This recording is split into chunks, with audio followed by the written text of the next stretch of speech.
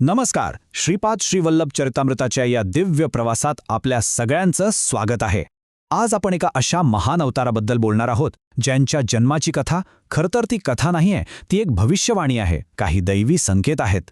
आणि हो, ही केवळ एक गोष्ट म्हणून ऐकू नका, तर श्रद्धा आणि तपश्चर्येमध्ये किती ताकद असू शकते याची ही एक गाथा आहे. पण कधी विचार केलाय की हे सगळं सुरू कसं झालं असेल?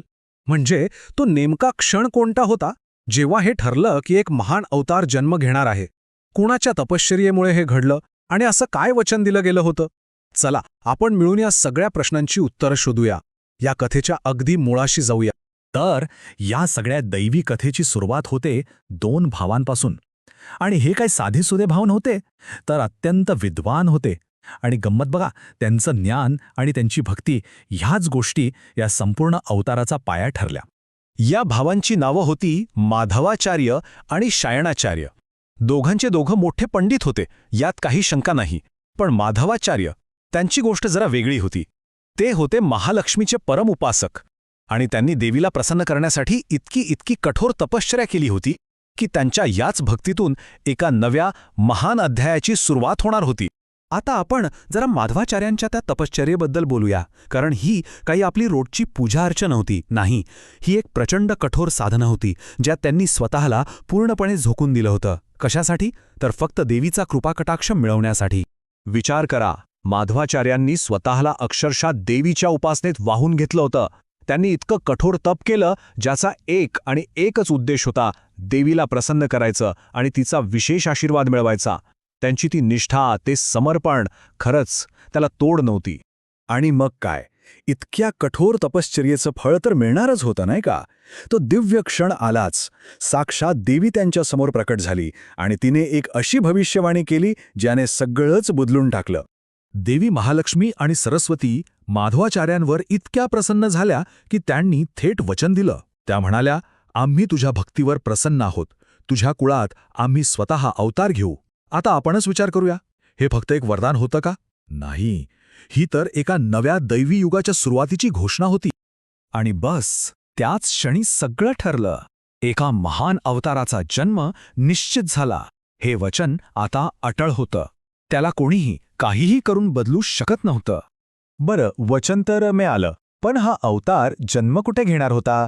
म्हणजे त्या जागेचं काहीतरी खास महत्त्व असणार, बरोबर? अवतारासाठी निवडलेल्या त्या पवित्र भूमीमध्ये असं काय होतं? चला बघूया. ती जागा काही सामान्य नव्हती. अहो, ते एक ज्योतिर्लिंगाचं स्थान होतं. इतकंच नाही, तर त्या भूमीला साक्षात दत्तात्रेयांचं स्वरूप मानलं जायचं.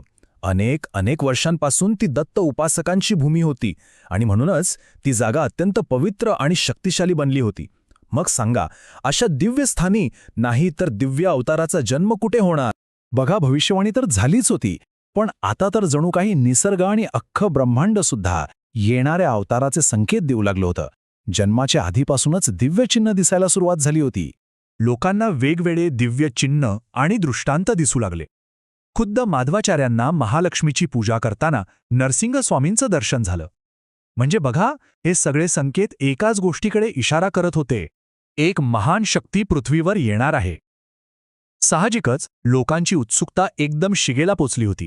आणि मग तो क्षण आला, ज्या क्षणी त्या अवताराच्या खऱ्या स्वरूपाचं रहस्य समोर आलं. आणि तेव्हा कळलं की हा अवतार म्हणजे केवळ एका देवतेचं रूप नाहीये. नाही, त्याहूनही खूप काहीतरी भव्य, काहीतरी मोठं आहे. आता हे समजून घेण्यासाठी ना आपल्याला त्रिमूर्ती म्हणजे काय हे माहिती पाहिजे. एकदम सोपं आहे.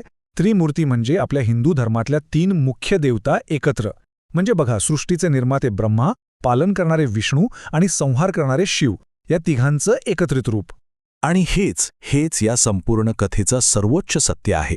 श्रीपाद श्रीवल्लभ हे कोणी एक अवतार नव्हते, तर ते साक्षात ब्रह्मा, विष्णू आणि महेश या 3ही शक्तींचं म्हणजेच त्रिमूर्तींचं एकत्रित रूप होते. विचार करा, ही किती मोठी आणि गहन गोष्ट आहे. आणि गोष्ट इथेच संपत नाही. हेच त्रिमूर्ती स्वरूप, हीच एक शक्ती पुढे जाऊन आणखी 2 वेगवेगळ्या अवतारांमध्ये प्रकट झाली. तीच दैवी शक्ती श्रीपाद श्रीवल्लभ म्हणून आली, नंतर नरसिंह सरस्वती म्हणून आणि मग स्वामी समर्थ म्हणून.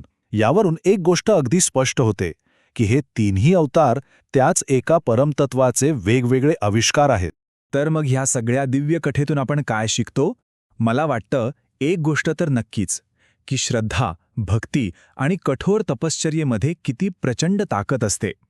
आणि हो, दैवी इच्छा कधी, कुठे आणि कशी प्रकट होईल हे सांगणं खरंच खूप कठीण आहे. हे गूढच आहे नाही का? यावर आपण सगळ्यांनी नक्कीच विचार करायला हवा.